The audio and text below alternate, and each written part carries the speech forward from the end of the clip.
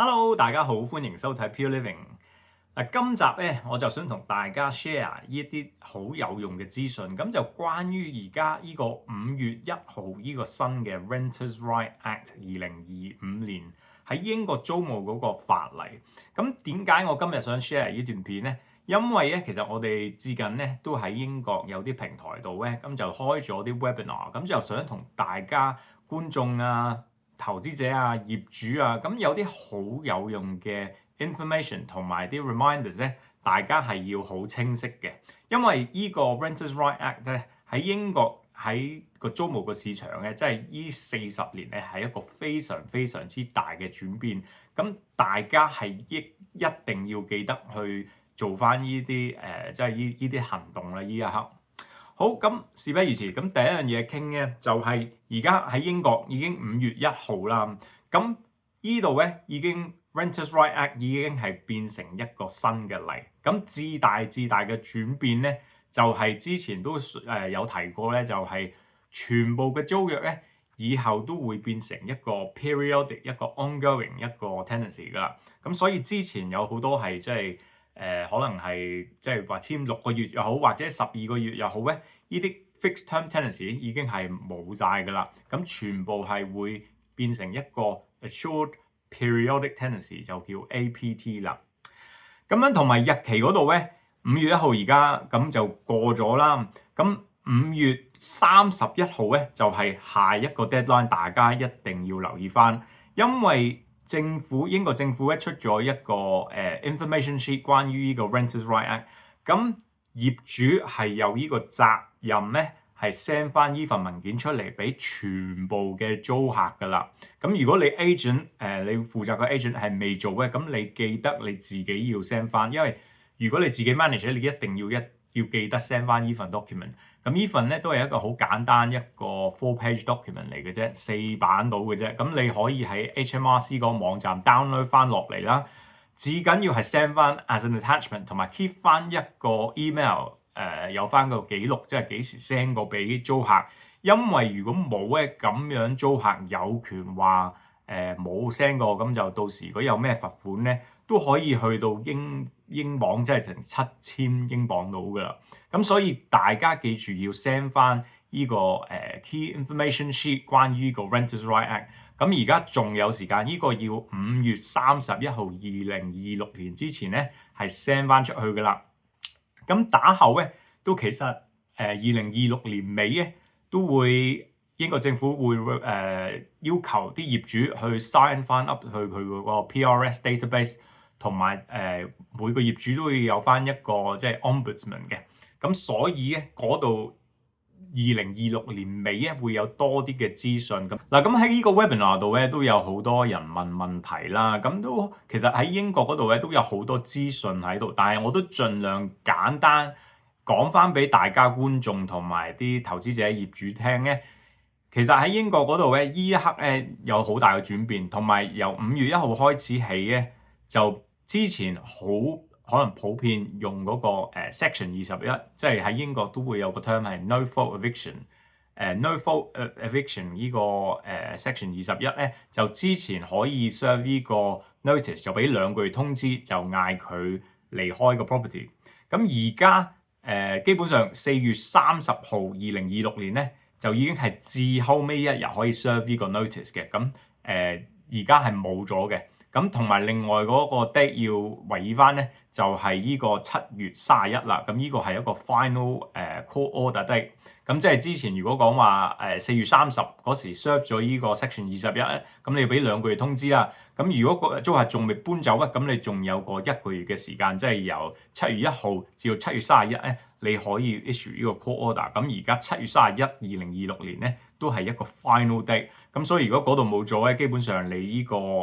Section 21永遠都唔可以再用噶啦。咁打後由5月1號開始起 Renters' Right Act in place 咧，你其實只係可以 rely on 呢個 Section 8。咁 Section 8我哋之後再詳細啲講啊。嗱，另外有咩大轉變咧？頭先都所講啦，全部 tenancy 咧已經變成一個 periodic tenancy， 所以之前嗰啲合約就算簽咗1年又好2年又好，你由5月1號開始起咧，租客可以俾2個月通知就搬走㗎啦。咁假設有個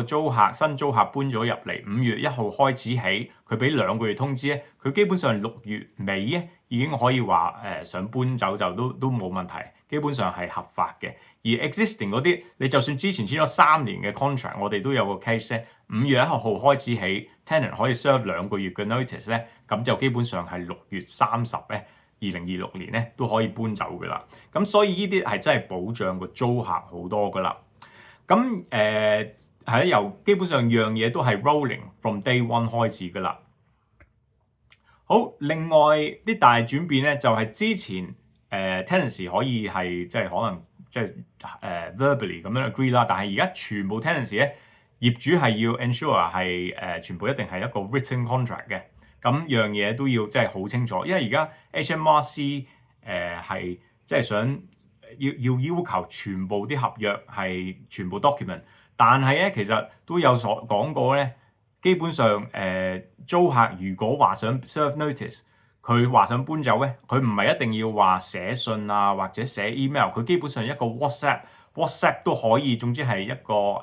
written 寫咗出嚟嘅 message 咧。都可以證明係話想搬走，咁都係一個 notice 嚟嘅。另外業主咧都要俾翻個 information sheet 啦，例如可能個 prescribed information， 即係關於個 deposit 嗰 part， 同埋都要俾即係可能話how to rent guide 啊，呢啲全部都要俾翻晒租客嘅。咁其實呢一刻咧我哋都係做緊呢個動作，咁所以其實都嗰方面咧都唔係話一個好大嘅轉變，大家都要提翻即係業主嗰方面咧，即係之前可能即係好多位可以即係話未必去有做到啦，例如可能啲 document 啊，你有新租客搬咗入去，你其實真係應該要 send 翻 gas safety certificate、electrical 電嗰 part 同埋即係 EPC 嗰 part， 即係關於 energy performance certificate， 呢啲全部都要 serve 翻啦。咁其實正確嚟做咧，你不嬲都有做開嘅。咁而家只係再 reinforce 翻呢個 message 俾全部啲業主聽嘅啫。嗱，另外喺呢個 Renters' Rights Act 咧，一個好大嘅轉變咧，就係租務呢個 asking price。咁佢業主要求嗰個 asking price 咧，永遠至後尾接受嗰個 asking 係唔可以超過嗰個 asking price 嘅。即係話，如果個業主係要求2000磅嘅租金，如果有人即係高價啲，即係話2100、2200咧，你都唔可以接受，因為其實你開頭嗰個 asking price 已經應該係至準確啦，同埋係即係 market condition based on 嗰個property 嘅 condition 嘅，咁所以業主係唔可以收多過嗰個 asking price 嘅，咁所以呢方面咧，業主應該同 agent 同埋即係可能了解成個市場啊，知道自己個 property 係咩 condition 啊，咩位置啊，依一刻嘅價錢係值幾多，因為你其實係唔可以即係合法上咁樣去 accept 多過呢個 asking price。另外提點全部業主啦，因為而家都講得好清楚，之前就可以即係話收租 rent in advance 啦，但係而家之後咧就唔可以收多過1個月嘅租金㗎啦。同埋如果係即係話收即係就算收 security deposit 嗰度都要小心啲，因為咧而家你只係可以即係收翻個 holding deposit 先。Holding deposit 咧就係1個星期嘅租金啦，咁你可以收咗個 holding deposit 先 secure 咗個 property 啦，之後咧先搞啲 document， 即係簽份 APT 嘅新嘅合約啦，跟住先可以收埋remaining 嗰個4個星期嘅 deposit， 即係變成5個星期嘅 security deposit， 咁即係 total 5個星期嘅 security deposit， 呢個係個 maximum 啦。另外total 就係可以收1個月嘅租金，即係話大家記住呢個步驟，要收咗1個星期嘅 holding deposit 先啦，簽晒合約，打後先收埋另外 remaining 嗰4個星期嘅 security deposit， 跟住再可以收埋1個月嘅 rent in advance。咁又唔可以收多喎。咁嗰度真係都講得好清楚，要簽晒合約先可以收另外嗰 part 嗰啲錢噶啦。而之後咧，如果講到rent increase，咁之前就好簡單，即係大家可能negotiate 完，咁就可以做呢個 rent increase 啦。咁而家 rent increase 嗰 part 咧就講到好清楚，一年咧即係每12個月可以做一次啦，同埋要用呢個 section 13去做呢個動作嘅。咁如果租客係覺得唔公平，佢可以攞去 tribunal 嗰度去 challenge 呢個 rent increase。咁樣係佢tribunal 決定咗之後咧，你先可以action 呢個 rent increase 嘅。同埋呢個 section 13咧都要俾2個月嘅通知，咁所以唔係即係冇以前咁簡單，即係大家要提醒一下，即係知道呢個 rent increase 係要用呢個 section 13啦，俾2個月嘅通知啦，同埋如果真係去到 tribunal 咧，係 tribunal 決定嗰下先至生效嘅。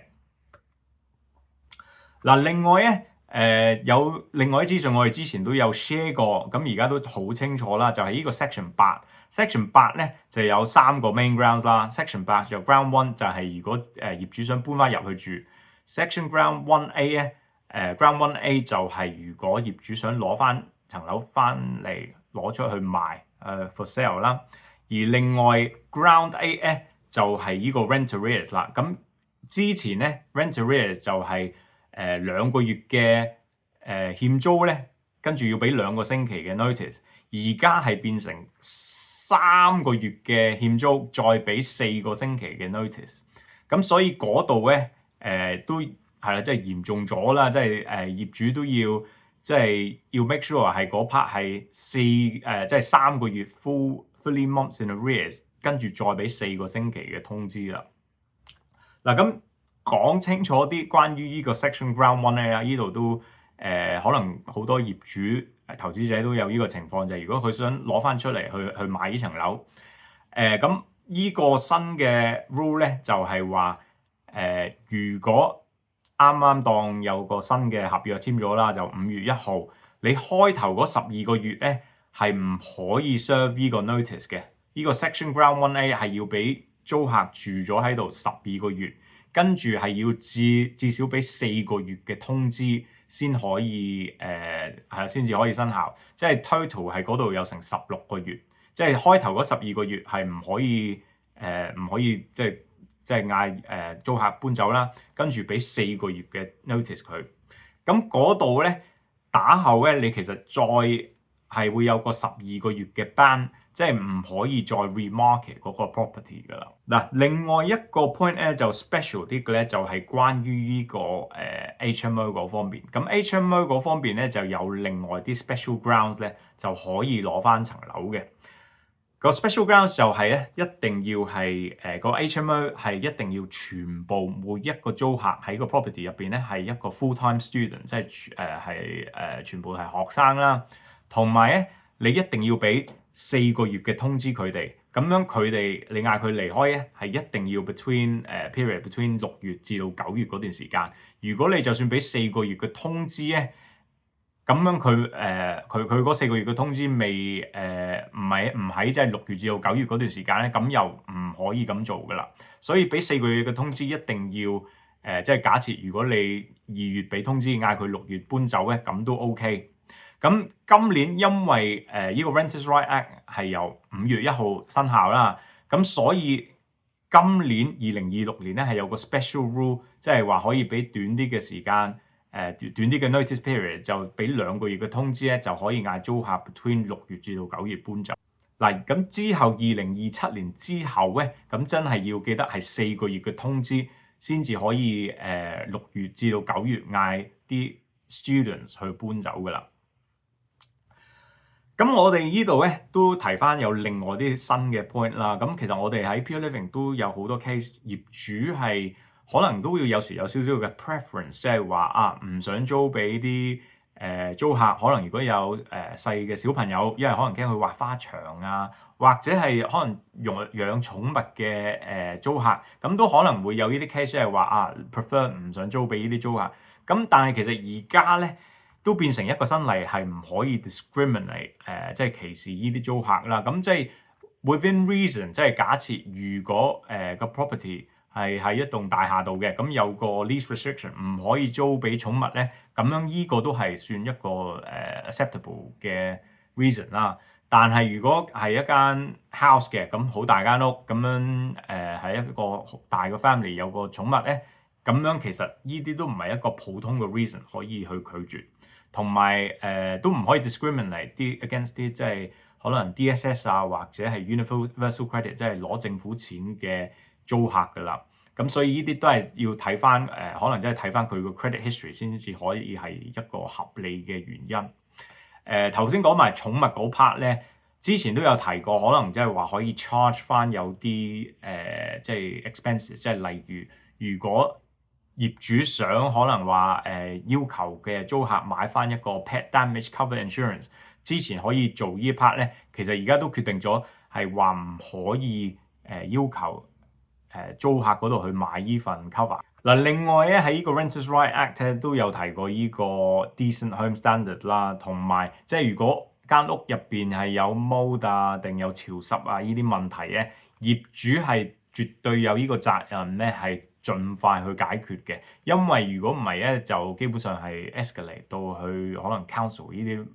啲嘅情況度咧，咁就即係變咗嗰度會有好大個 penalty 俾啲業主噶啦。嗱，咁講翻 enforcement 嗰 part 咧，其實英國政府咧都俾咗即係而家俾大啲嘅 power 去即係 council 嗰 part，咁即係好似我哋自己咁樣咧 ，Cambridge Council 咧都即係理論上係有權即係可能去入 agent 嘅 office 度去調查，唔需要 warrant 咧都可以即係話查佢啲 file，咁所以咧。即係俾咗大啲嘅 responsibility，可能即係 local 嘅 council 去做呢啲 enforcement 啦。咁所以簡單嚟講，即係如果你話即係可能業主去犯錯一次嘅，咁都可以至高罰款係去到7000英鎊啦。咁如果係長期去犯呢啲錯咧，咁就至高係而家可以話去到40千鎊嘅，即係4萬英鎊咁多噶啦。嗱，今集咧就講到呢度啦。其實呢個 Renters' Rights Act 咧真係好多好大嘅轉變。咁今集咧真係想同大家 share 呢啲我覺得好有用，同埋即係大家業主投資者係應該要知道呢啲資訊嘅，同埋即係 make sure 你嗰份information sheet 記得 send 翻俾啲租客度啦。咁同埋即係我自己個人覺得咧，其實呢啲 rules 咧其實不嬲都喺度嘅。咁所以如果你係有做開咧，都唔係一個好大嘅問題，因為如果你清楚同埋你可能有個好啲嘅 agent 同埋或者你自己 manage 嘅，咁你都其實 on top of 全部啲 paperwork 啊、啲 certificate 啊，知道呢啲 steps 係點做咧，其實都唔係一個問題。咁佢只係而家係想即係可能罰啊，或者係 penalize 啲業主係冇跟足呢啲規矩，或者可能租啲盤出去係。未必係一個可能即係話個 decent home，咁所以呢啲情況咧，佢只係而家係越嚟越嚴謹，咁所以咧大家都要即係清楚而家英國租務呢個法例，咁所以其實反而如果你話做得好，佢自然英國嗰個 supply of housing 咧，其實不嬲都知道係即係短缺啦，咁所以如果做得好嘅咧，同埋係跟足晒呢啲規矩，反而個租務嗰個 asking price 咧，我反而覺得係會慢慢調升少少嘅，因為點都係即係一個 supply and demand 嘅問題啦。你呢一刻你咁多個 rule change，咁其實我哋自己都見到可能多啲嘅即係可能即係 amateur 嘅 landlord 就慢慢離開呢個 housing market 度，咁就多啲盤係會賣翻出嚟嘅。咁所以嗰度咧就變成個租務嗰個 supply 就細咗啦，就變咗真係可能做啱嘅業主咧，咁就反而可以嗌個價錢又嗌高咗，因為一嚟你可能頭先所講個 asking price 唔可以收多過個 asking price，所以個個都寧願嗌高少少。另外係可能呢啲 added cost 即係可能第日要 register 呢個 PRS database 又好，或者係要 factor 翻即係。可能有啲damage caused by 即係啲細嘅 family 啊，有小朋友啊，或者係寵物啊，大家都可能自然嗌高少少，變咗成個 market 就拉高咗少少啦。咁所以咧，其實如果做得啱嘅咧，永遠都一定會有尤其是我哋劍橋做開嗰個 market 咧，永遠都有呢個 demand 喺度，因為好多 business 啊，好多大學生啊，好多 professional 永遠都係有呢個好好嘅 demand 喺度啦。咁我希望今集都幫到大家啦，即係俾到有用嘅資訊。我希望即係之後越嚟越多呢啲 information，定或者係有呢啲 update 咧，我都可以同大家 share 一下啦。咁記得如果有咩問題，咁你都可以聯絡我哋喺 Pure Living 度。咁今集就講到呢度啦。嗱，記得如果未撳響個鐘仔咧，記得 subscribe 我哋個 channel。下集再見，拜拜。